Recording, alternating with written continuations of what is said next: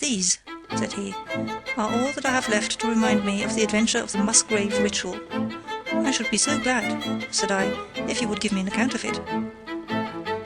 Reginald Musgrave had been in the same college as myself, and I had some slight acquaintance with him.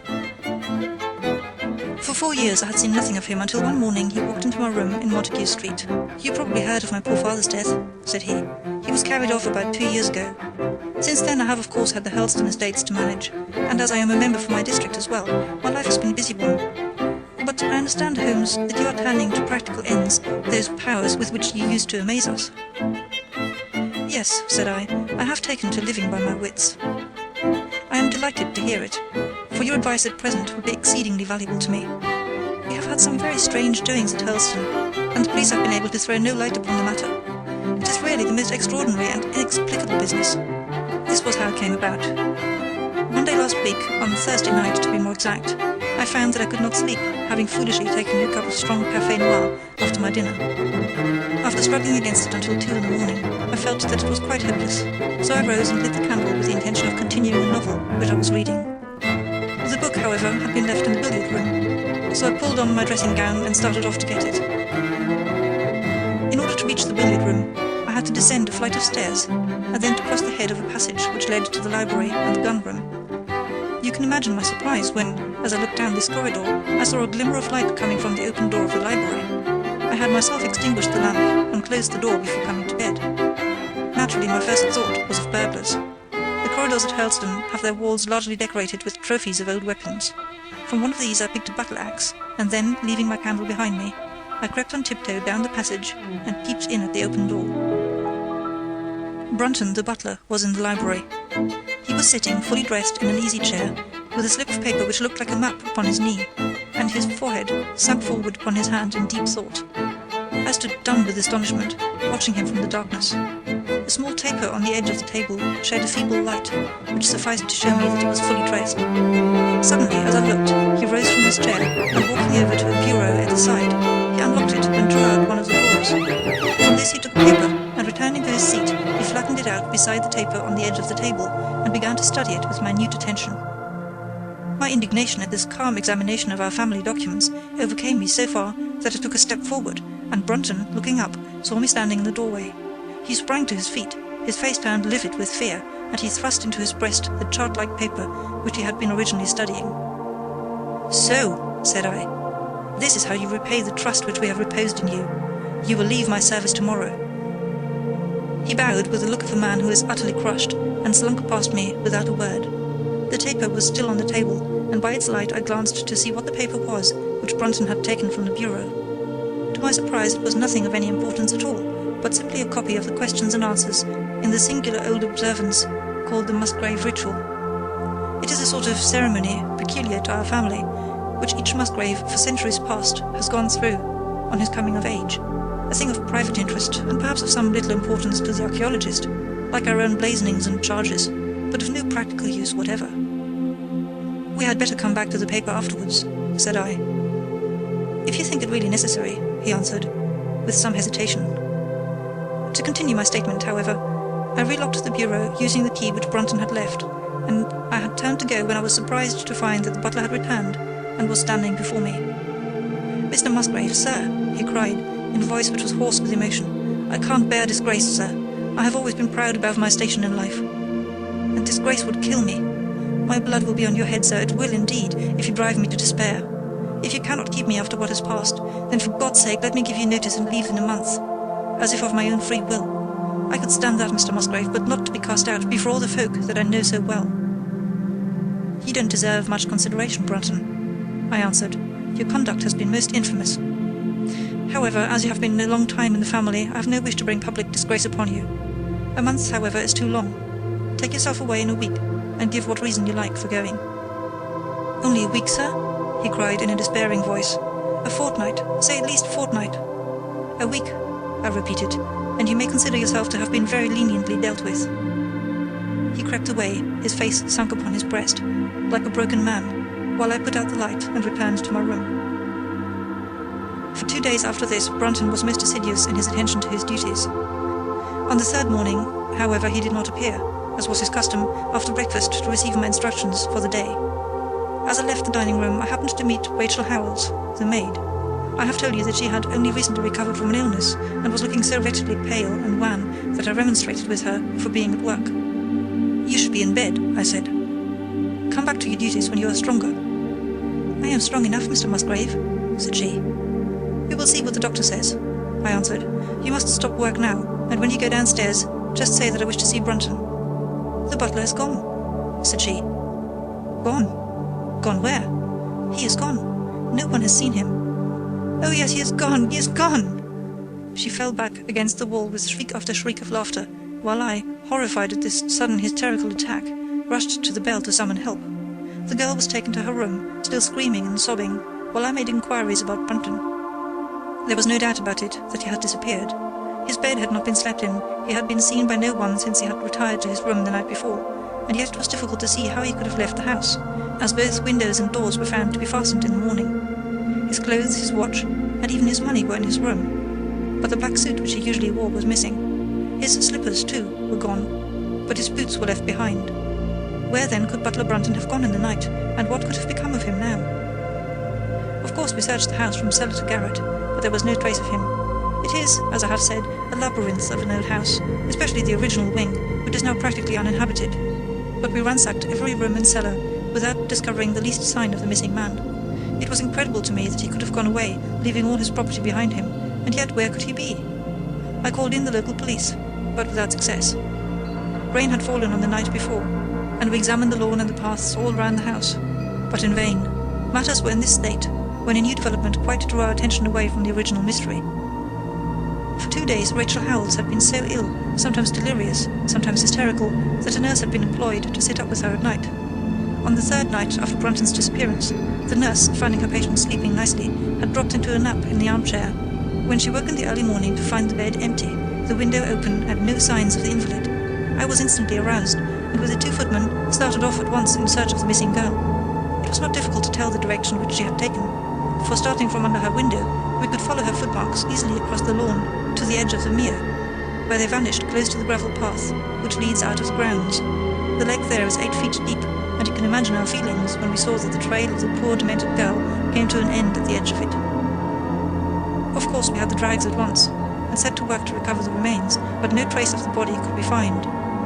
On the other hand, we brought to the surface an object of a most unexpected kind. It was a linen bag, which contained within it a mass of old rusted and discoloured metal, and several dull-coloured pieces of pebble or glass.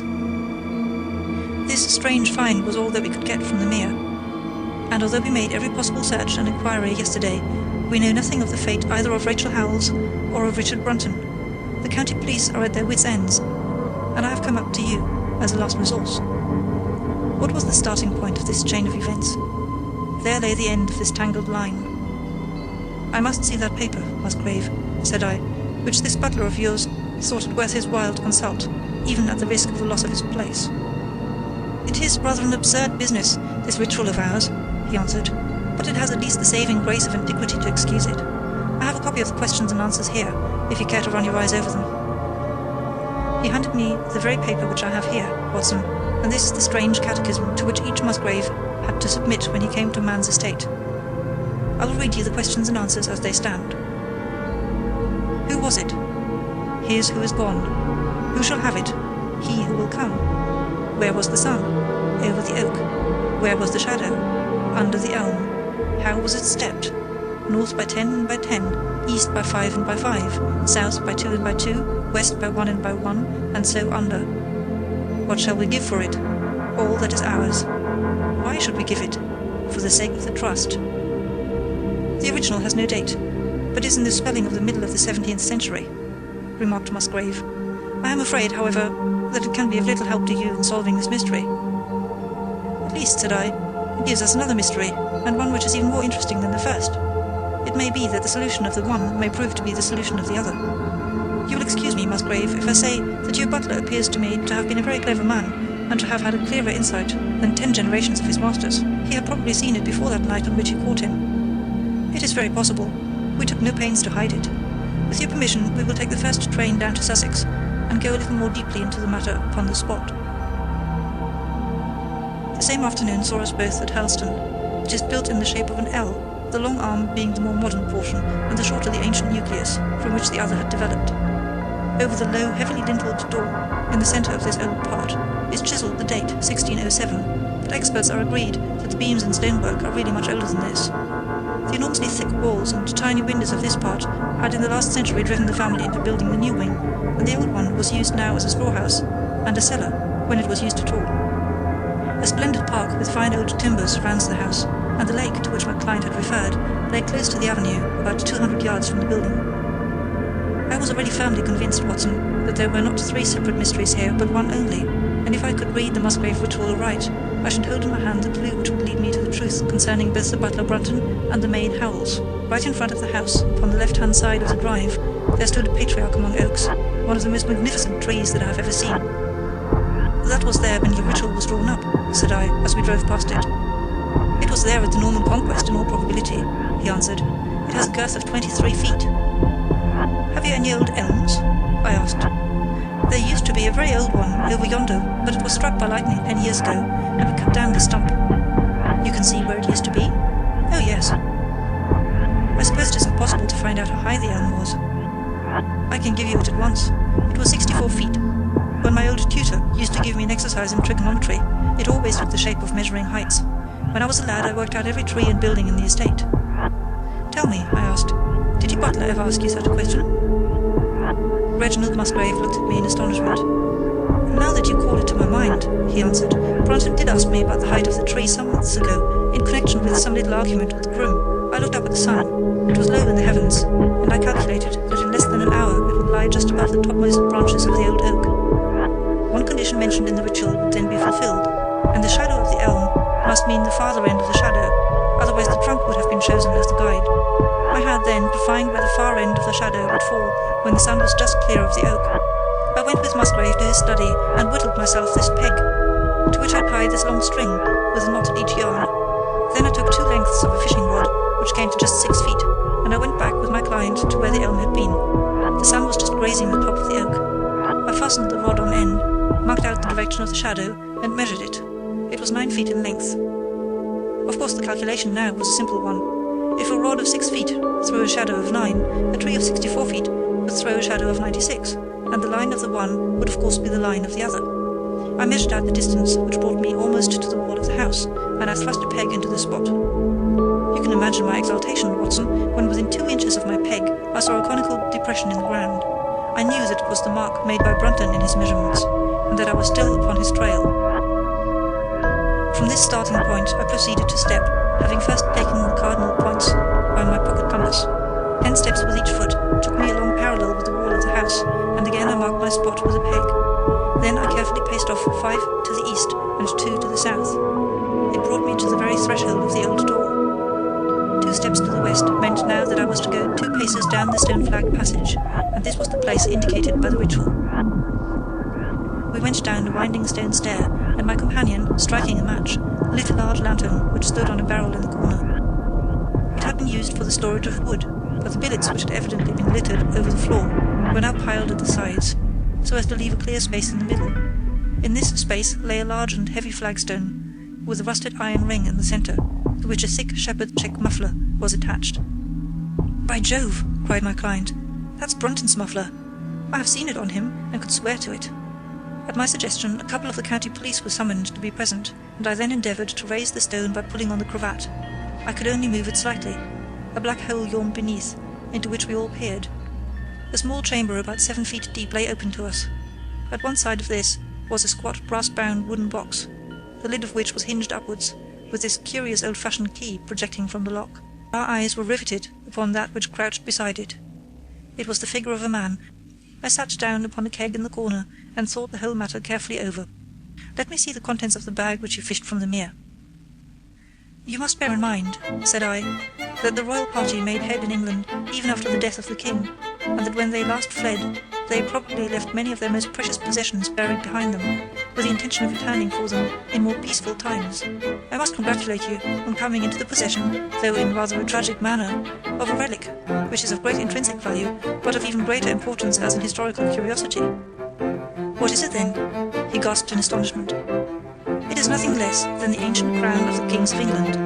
"The crown?" Precisely.